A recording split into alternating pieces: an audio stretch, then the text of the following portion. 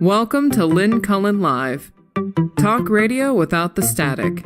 Email your questions and comments to lynncullenshow@gmail.com. And now your host, Lynn Cullen. Hey there, and welcome to you. Happy Monday.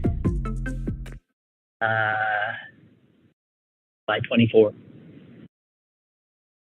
That gets all that out of the way. As usual on a Monday, I am sort of overwhelmed and knee-deep in all kinds of stuff, ideas, thoughts, news articles, current events, stuff that happened since last we spoke. Been to the movies? I haven't yet, but I'm really wanting to see Oppenheimer. Anyway, I don't want to talk about that yet.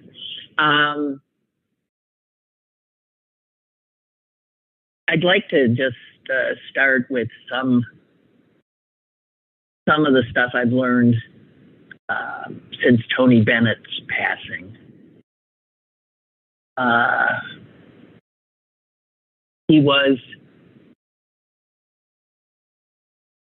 am somebody who learned to appreciate him later. I didn't ever quite get him. I sort of thought his voice was strange. I couldn't quite get him. My mistake. I was one who he grabbed when he made his umpteenth comeback late. So it's when the first time I really listened is when he did a duet with Amy Winehouse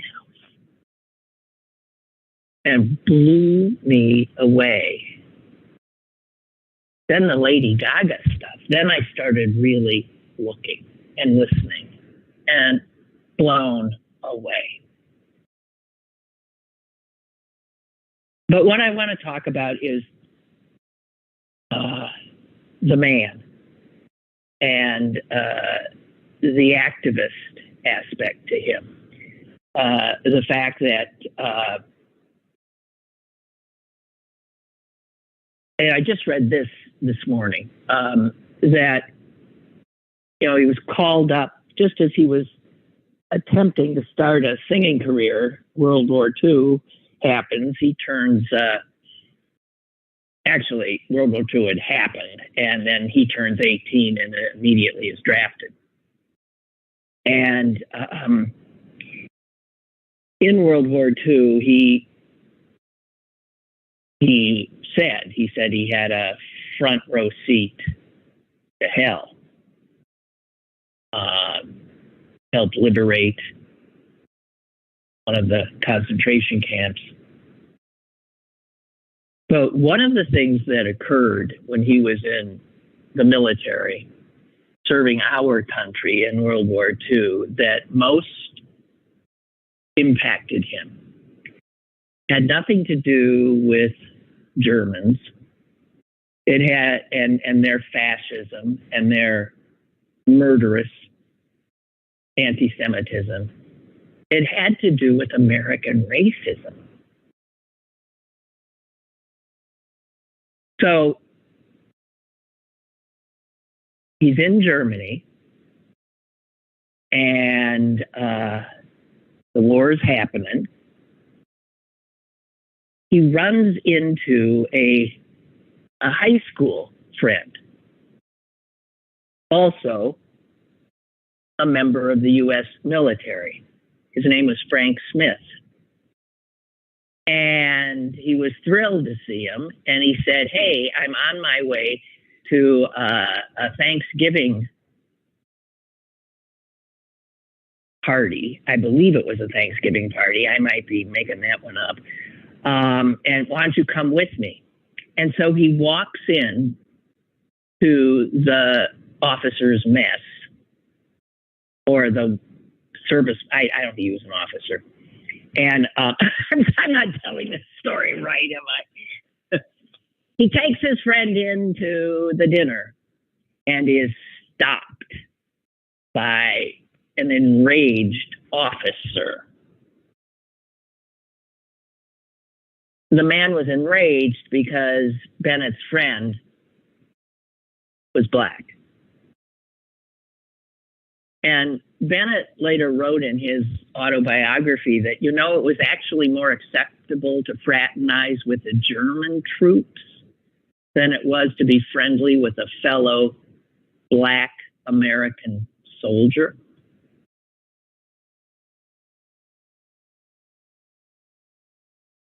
The officer went berserk, ripped the corporal stripes off of Bennett's uniform, spit on them, and threw them to the floor, and then assigned him to a grave digging,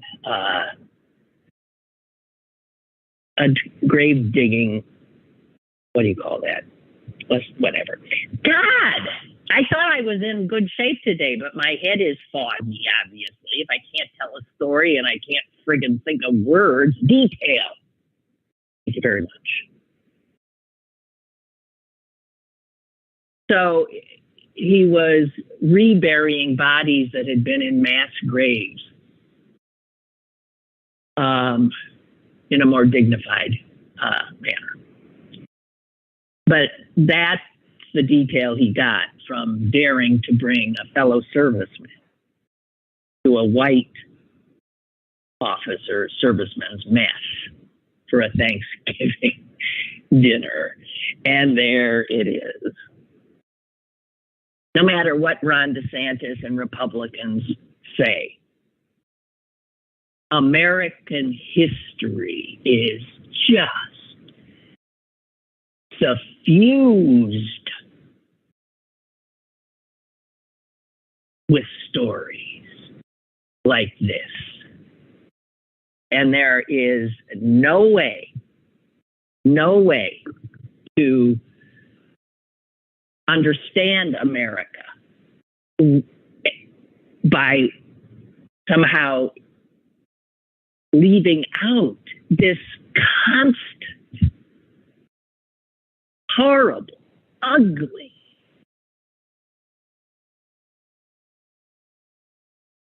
racism. It's just, it is the defining thing.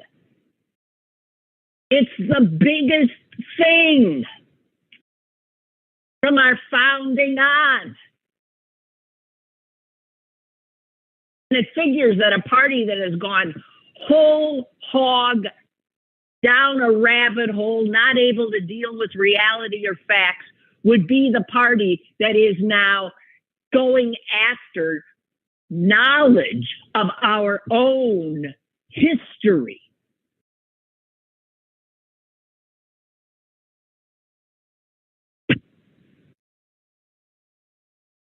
So cut to 1965. The march, Selma to Montgomery. Tony Bennett is there,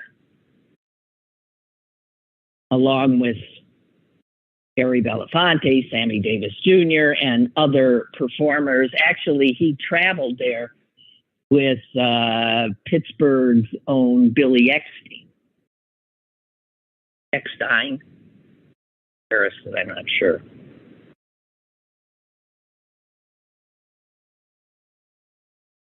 And he also said in his autobiography that traveling down to Selma with Billy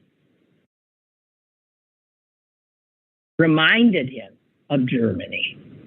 And Germany, I forgot to tell you, that whole thing that happened with him being demoted and forced to dig graves and his friend being humiliated, he did say, and for this man who we see was such a lover of life and such a positive force, he said that experience in Germany, he said, the whole affair soured me on the human race.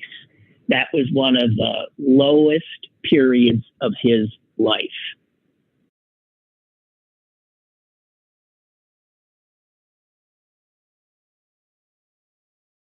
And when he's traveling to the Selma to Montgomery march, he said it again, Germany. He was reminded again of Germany.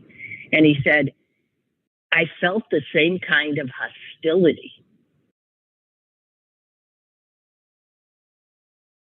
that I felt from the Germans.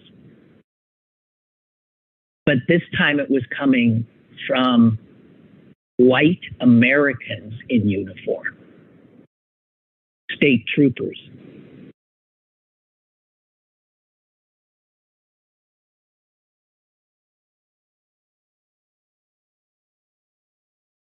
There was a march and there was a performance. They all did a performance. And after the march, a woman who had volunteered came down from Michigan to volunteer in this effort, drove them, Eckstein and Bennett, to the airport. And hours later, after she dropped them off, and they'd gone on their way, she, Viola Luizzo, was murdered by the KKK.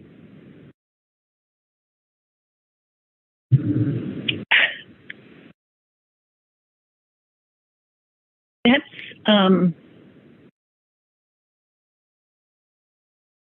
I think this effort to whitewash American history is the most loathsome thing that Republicans are doing now. The most. Not their cowardly embrace of Donald Trump, not their flirting with fascism, but this is all of a piece. It is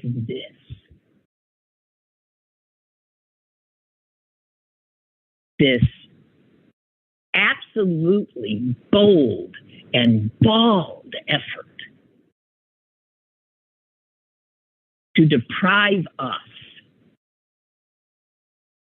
of our own history. The reality of our own history.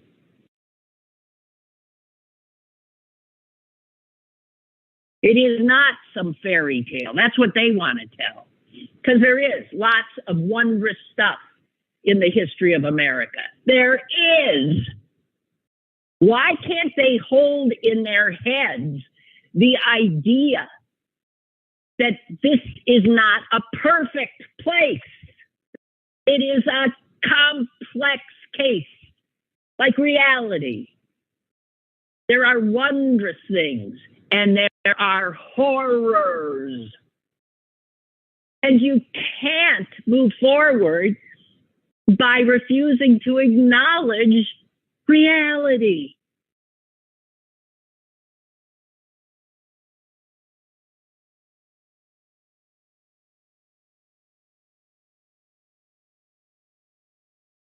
Incredible. And there was an obituary. I had not heard of this woman. She was just another extraordinary Black woman who risked her life during that period. Her name was Catherine Brooks. And as a very young woman, still in college, she went knowingly into something that could well have resulted in her murder. And she knew it. the bravery of these people. That is a story, a wondrous story, the extraordinary bravery. He was a freedom rider.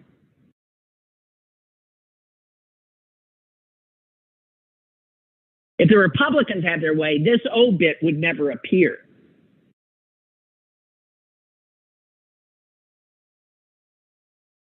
That's why, and I've said this, why I love obituaries. They're history. And her obit tells us more history. Take you back to 1961. You know,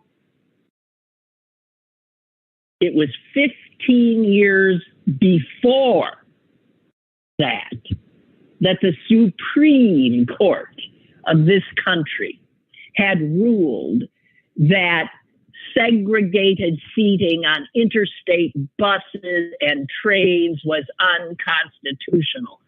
15 years earlier. Imagine. A lot of impact that had, huh? You think in the 50s and in 1961, people were sitting in buses and trains, black and white together in the South? No, they were not, as you know. What you might have forgotten is it was already deemed unconstitutional by the Supreme Court. And it turns out that if the Supreme Court says something, but nobody enforces it, then you can just go on doing what you were doing. And that's what happened.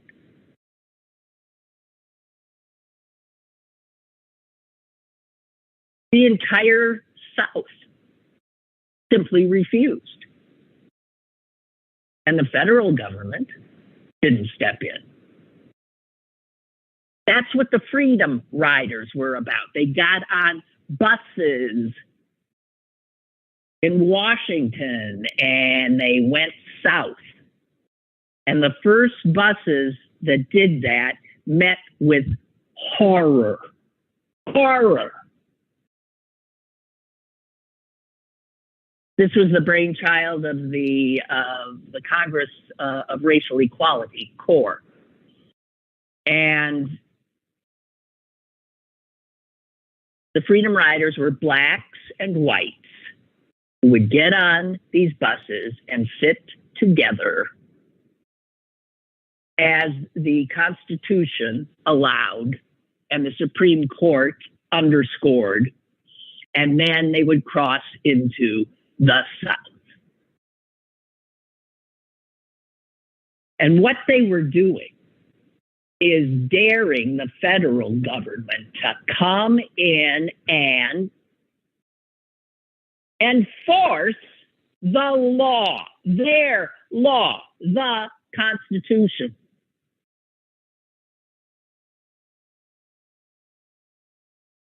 The first bus that went down was firebombed.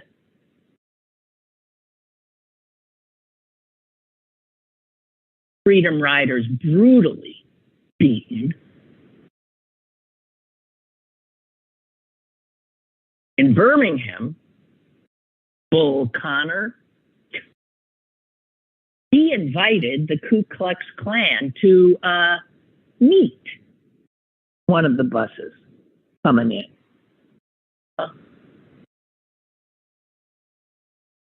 And he gave the KKK free rein to work over those poor people who got off that bus with iron pipes and baseball bats, and bicycle chains. CORE called off the rides. They felt they could not subject these brave young people to this. But in Nashville, there was a group of students who thought, no, we got to keep doing this. And so on their own.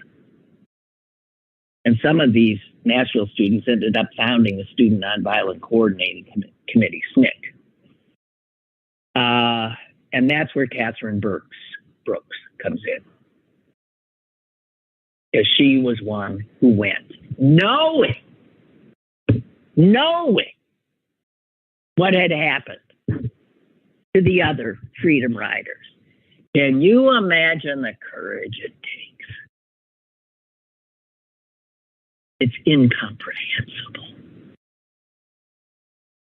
They got on the bus. It was May of 1961. There were 10 of them. There was Catherine Brooks. There was her soon-to-be husband, Paul Brooks. There was a guy named John Lewis, who would, of course, become the famed Congressman, John Lewis. And there was a white student, James Zwerg, who later became famous because he was, in another instance, viciously attacked. And this was on a later ride. This guy was brave enough to do these rides. You needed white people to do them because you had to sit white and black together. And there is a famous photograph of him just beaten to a pulp, his face and clothes covered in blood. And that photo had a huge impact on people's heads. By people, I mean white people, because here was a white kid. Looks like my son. Right? Here was a white kid brutalized.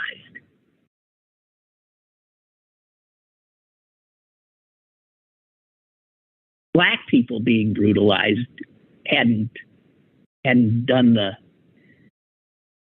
what they thought it would. Get some white kids brutalized. And the white folks start waking up.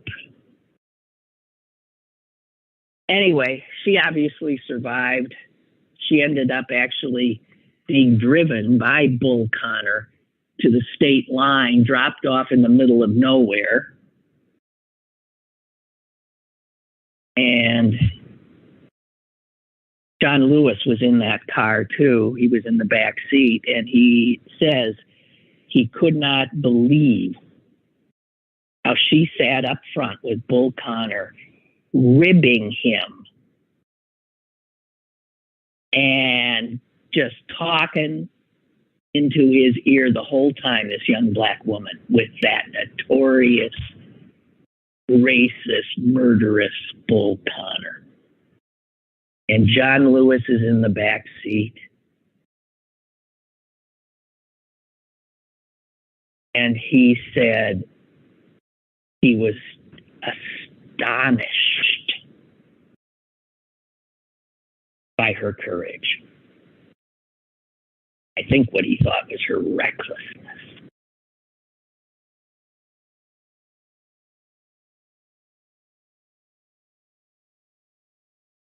Anyway, Lewis also mentioned, obviously, this in his biography. So, I just want to say that this effort is doomed. This effort to pretend that America does not have a problem with systemic racism.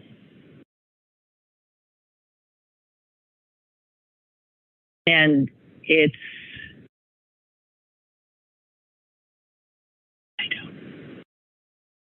mind-blowing to me. Mind-blowing.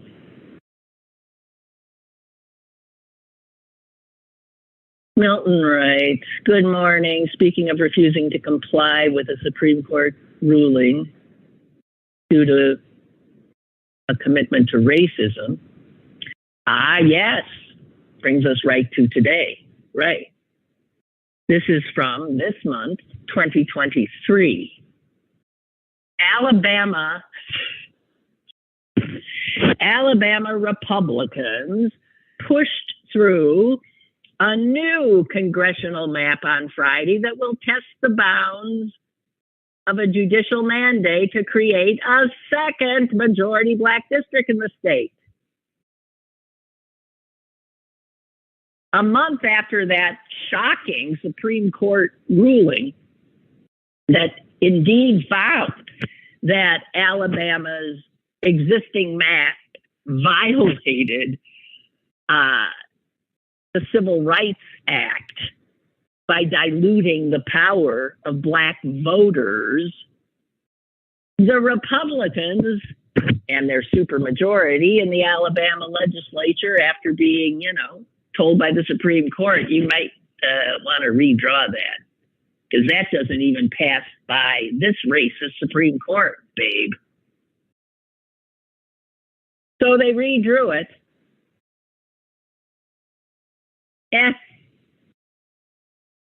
It's the same kind of crap.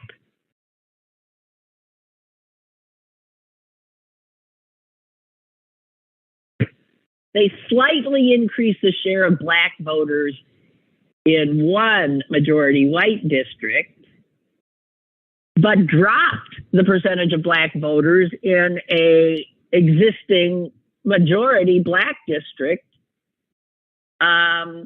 which absolutely negated what the court had told them to do. You draw a map that will reflect the population of your state. You're drawing these maps to disenfranchise black people. So they said, okay, well, how about let's try this one then? Same thing. And there's no time now to get the Supreme Court to rule on that one, right? This is how they do it. You ignore the Supreme Court. Who knew? Little Tony wants to know, how can Elon Musk be a billionaire? Because, well, this is, I think, a really important thing for all of us to understand. People think that people with money must be brilliant, must be so smart, so good at everything they do, which is bullshit. A lot of people with lots of money are idiots. They inherited it, or they know enough to hire and be surrounded by people who, tell them what to do with their money. Or, like Elon Musk, parts of their brain are off the scale brilliant. And other parts are like the equivalent of a mushroom.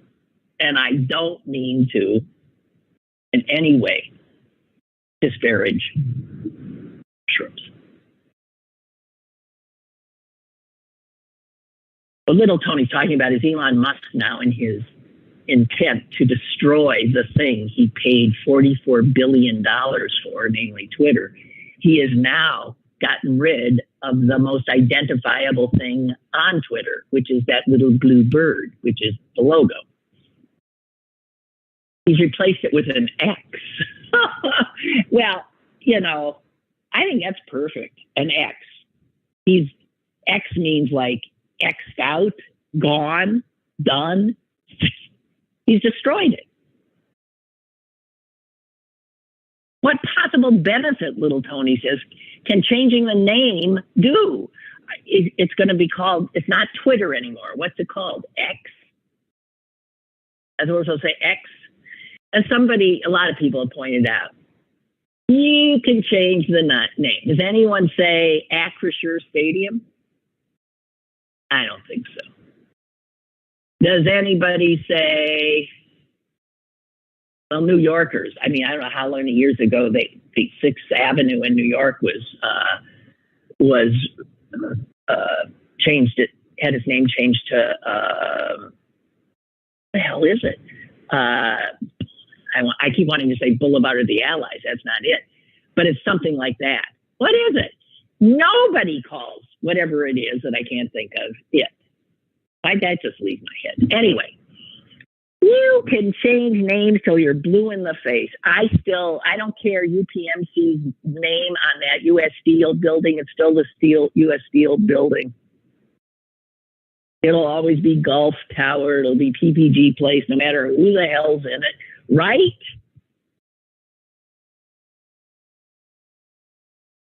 People still call it Twitter. Nobody knows anything. That's what it is.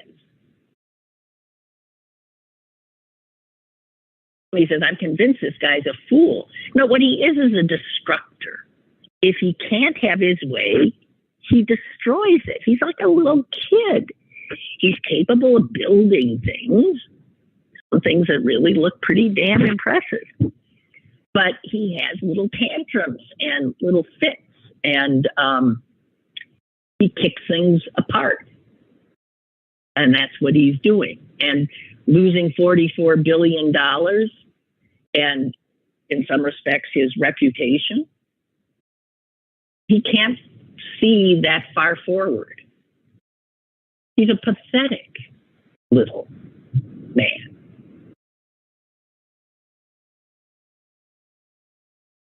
Tony says, when he first bought it, I kept seeing his tweets, and each one annoyed me more and more. Right, he was showing himself to be that little man. You couldn't believe it, right? Then I put him on mute, and it's been bliss ever since. I only see one other screenshot what he says. I think he just needs constant attention. I wonder what his next bonehead idea will be. That's my rant for the day. Have a good week. Well, I have to tell you, some of his ideas are not bonehead. I mean, he's essentially taken over NASA, hasn't he? God help us. He's,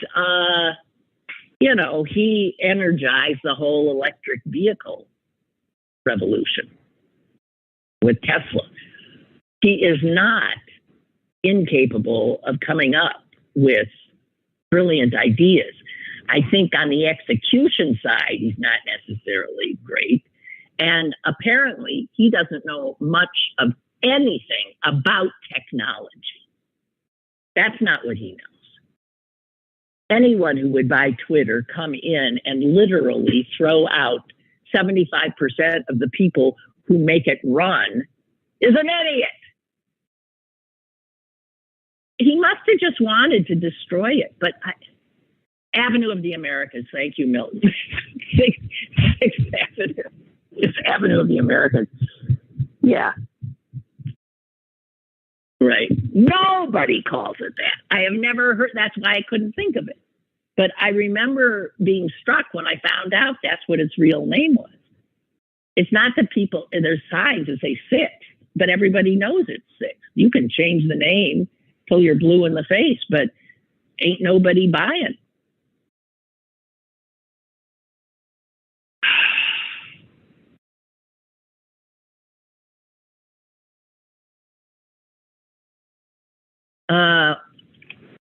A moment for me to vent just a little bit about what's going on in Israel. And I must say, these are dark, dark days. And something I could not ever have conceived of is now becoming conceivable to me. And that is Israelis fighting Israelis. Civil war. Because you've got a divide there that is every bit as intense as the divide here. And it's pretty much the same. On one side, you got racist, nationalists, and right-wing religious people. That's not unlike one of the sides here. And on leading that side, you have Netanyahu, leading it here, you have Trump. And the two of them are both men of extraordinary narcissism who will take their countries down to save their own power and necks. Both are in legal troubles. Netanyahu going after the Supreme Court as he's doing. You think he's doing it for any other reason than to save his own neck? It is exactly what Trump's doing in running again. He's running again so that he can save his neck.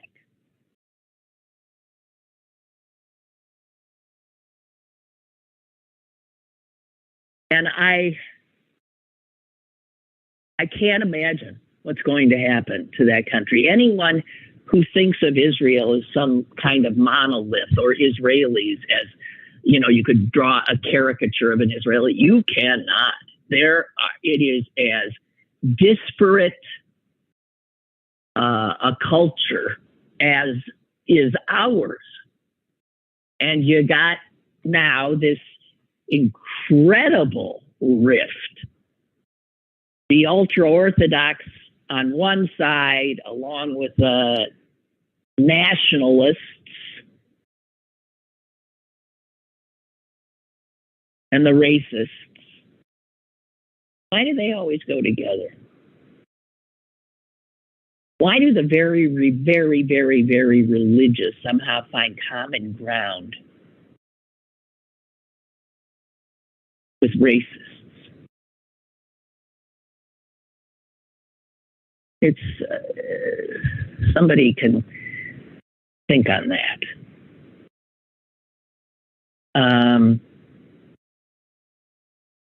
I can't imagine what's going to happen. And I mean, just to tell you that Netanyahu, by the way, so he's heading this government now, made up solely of these ultra-religious, and let me tell you about these ultra-religious folks over there. They produce nothing but children. That's a little bit of a, broad statement, but that all those people do is spit out kids. That's what the women do. That's their job. What do the men do? They don't have a job. You know what the men do? They study the Torah. That's right. That's what they do. They read the Bible all day, essentially. That is what they are to do. The women do all the work, including giving more and more babies who are then educated in that same, they're uneducated. They are given religious education. This is what happens to them in this country, too.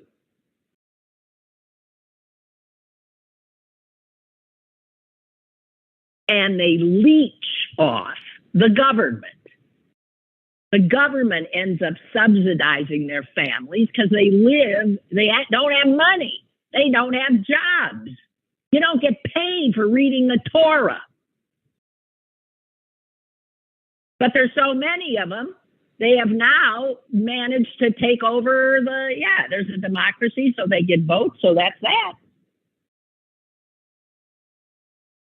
And you know what else? They've gotten themselves exempted from service in the military. Everybody serves in the Israeli military. Girls do, boys do, right? Wrong. Not the Orthodox. They're exempt because heaven knows nothing is more important than they should read the same passage in the Torah for the 700,000th time and mull it over. So what's bizarre about the Israeli government now, which is full of these kinds of people, is that the head of the government, Benjamin Netanyahu, is not religious at all. Have you ever noticed he doesn't even wear a skull cap? He is totally not religious. He is not an observant Jew. So it's like Trump leading the Republicans. He's not a Republican. He has no ideology or commitment to anything. Both Netanyahu and Trump are committed only to one thing, and that is, of course, themselves and their own survival.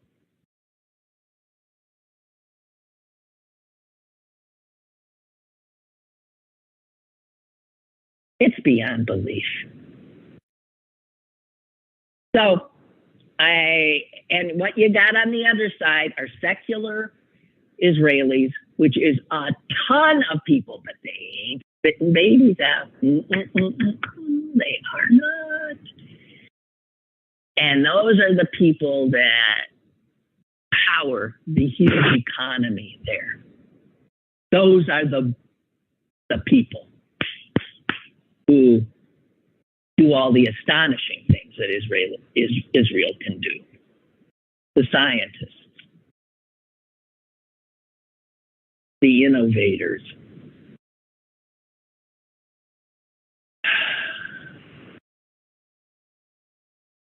the elite, the educated.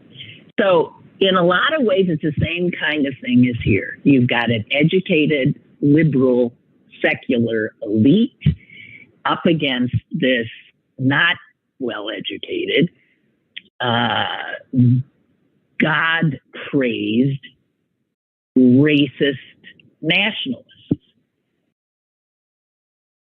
It's not a lot different.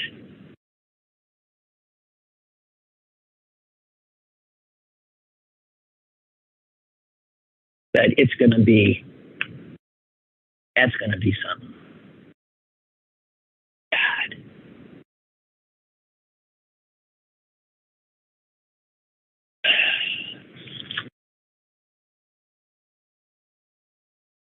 Okay, I got a lot of stuff here. I read something, and God help you. I'm sorry. Oh no, she read something. Yeah, I did, and I gotta. You might have read it too, and if you did, you can tune out right now because I was so blown away. Here is a religious person who talks to God, and I love her. And this is rare for me. She actually says things like she talks to the Holy Spirit, and damn if the Holy Spirit doesn't lead her in the right direction. And the Holy Spirit does. Unlike a lot of these other people who say they talk to the Holy Spirit. Oh, this woman I'm in love with. What a piece of work. I have to tell you about her if you don't know about her. Her name is Missy Sims. And she is always done up to, her hair is perfect. She's wearing high heels. Her clothes are beautiful. And what she said, it doesn't matter what or where she's going. And she says that the way she keeps herself looking so perfect, even in the most ridiculous situations, is she says it's a show of respect and confidence. I'm meeting people all the time, and you want them to know that you're taking them seriously, that you respect them. That's the way I was raised. So that's a little old-fashioned ideal that made me smile. I was raised that way too, but I sort of lost a lot of it. This woman is now spearheading a case. She's a lawyer. She is spearheading a case that could do to the big oil companies what happened to the big tobacco companies. Remember? When finally the law caught up with them for knowingly killing people, for knowingly addicting people and killing them and covering up any research that showed how dangerous their product was, right? She's going after Chevron, Exxon, Shell, BP, all of them, in a case brought on behest of a number of cities in Puerto Rico that were devastated by a hurricane, Maria. Now, a lot of people would say, fat chance, lady, but this is how the tobacco stuff started. And anyone who sells this woman short is out of their minds. They say that what she is saying, and believe me, everybody's watching it. She's got big oil, and there are slews of attorneys going nuts. She says that since 1965, big oil, all those companies, have produced 40% of the global greenhouse gas emissions, which, while at the same time, by the way, colluding amongst themselves to deceive the public about the disastrous consequences of their emissions. This is truth. Whether you can prove it in a court or not, I don't know. Buying off politicians so that nothing is done. But legal experts looking at this audacious suit of Missy Sims say, but you know, this is the first time anyone has alleged that by downplaying the effects of global warming for decades, the oil companies violated the RICO Act, Racketeer Influenced and Corrupt Organizations Act. RICO, which comes in handy a lot of times. It was originally designed to crack down on organized crime, but you know that RICO has been used to take down a lot of other people.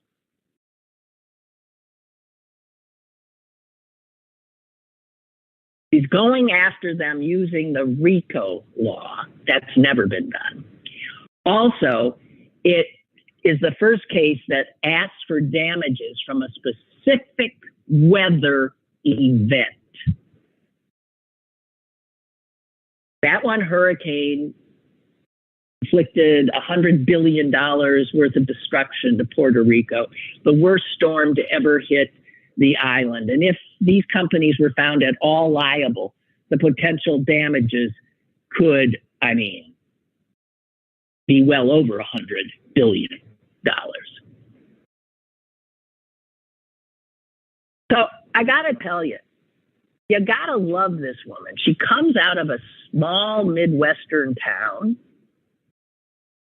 She got her start as a lawyer at a small town firm in a little town in Illinois, a place called Depew. And she started by, there had been an industrial site, and people that lived in the neighborhood after the people who owned that site pulled out were dying more than a lot of other people. They had a high rate of MS in the country, highest rate. It was a village of 1,600 people. For some reason, an extraordinary number of people in that one village had multiple sclerosis.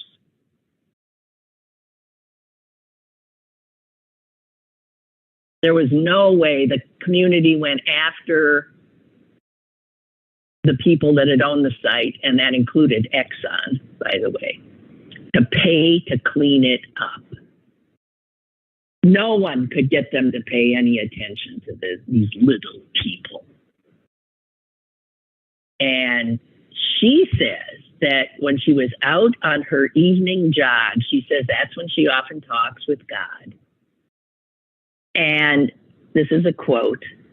She said, I get along with the Holy Spirit.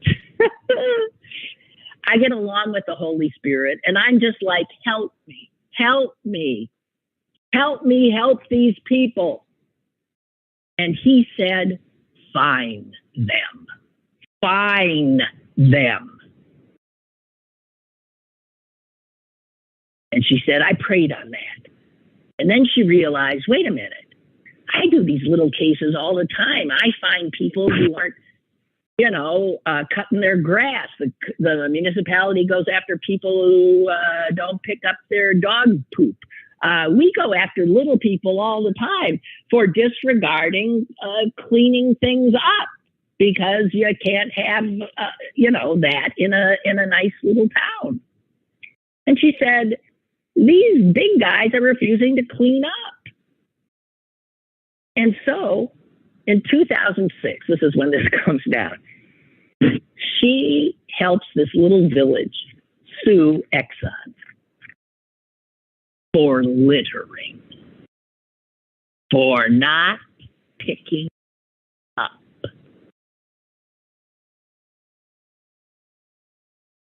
Took him 7 years, but 7 years later, damn if Exxon didn't give that little town almost $1 million, which for them is nothing, which for the village was huge. And she said a bunch of other lawyers saw this and were stunned, because she had managed with that weird little get them on littering thing, had brought an oil giant to the bargaining table with a little village. So other lawyers said, man, what the heck? How did you do that? And she was well on to her next case, which was against another oil refinery in another little town in Illinois, Roxana. They polluted the groundwater. Shell, ConocoPhillips, and they wouldn't clean it up. And she went after, she essentially made out 230 littering tickets, fines, to those guys. And damn if once again they settled, this time agreeing to pay almost $5 million. So for her, it was, this is it.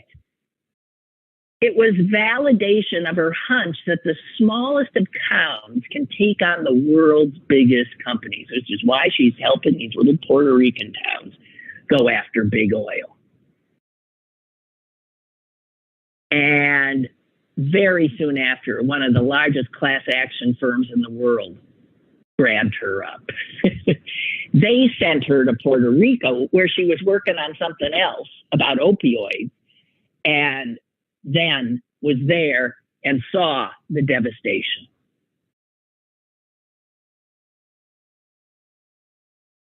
She said, God told me to sue Exxon again.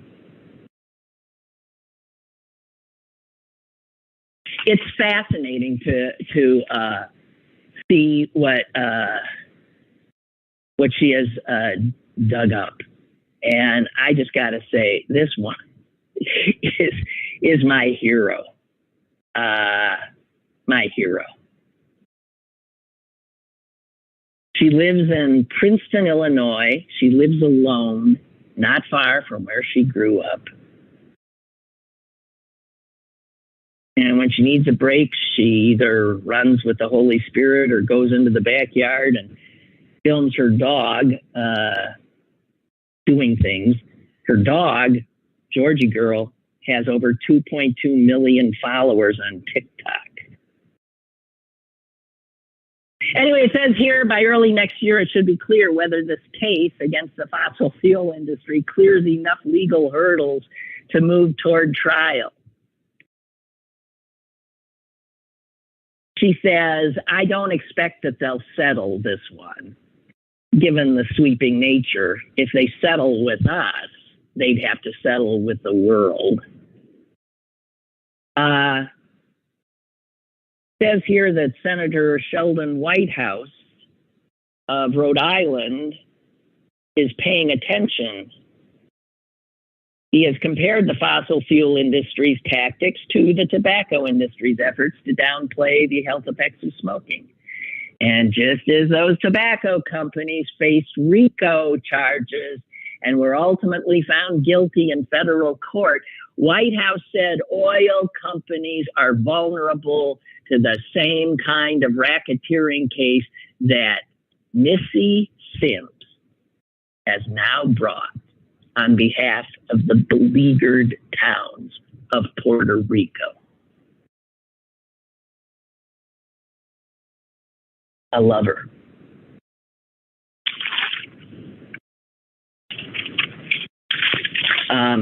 I just wanted you to hear that story. And she even, in the course of doing all her research, listen to what she finds. She finds they knew it. I mean, they know. Of course, they know what they're doing. They do it because they're making incredible amounts of money, but they know they're poisoning the planet. They know that they have done the research. They know what's going to happen. So listen to, she finds a memo that was produced by someone at Shell Oil in 1998. And it flat out predicts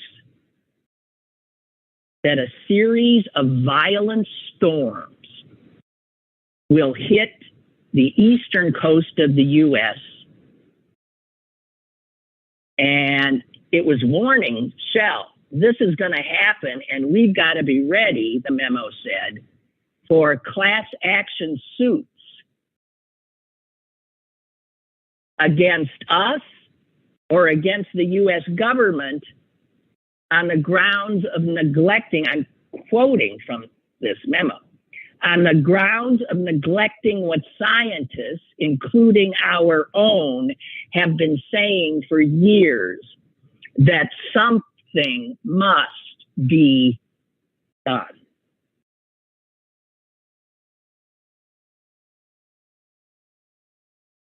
Whoa. Now, let me tell you, I won't live to see the end of that case, but make no mistake, she's onto something. I don't know if who would have thought they could take the big tobacco like they did? I don't know. Just wonderful. Wonderful. And I am so glad that she's got the Holy Spirit on her side. Never thought I'd say it, but oh, dang it, they make quite a duo. All right, that's it for me today. Stay cool, and you know how you do that? You burn lots of fossil fuels, furthering the problem of the heating planet. But, hey, man, you need your AC, right? Good God. See you tomorrow.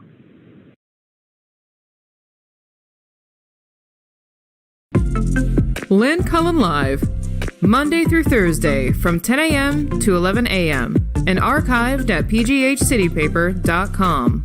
The opinions expressed on Lynn Cullen Live are those of the host and do not necessarily reflect the viewpoints of Pittsburgh City Paper or its advertisers.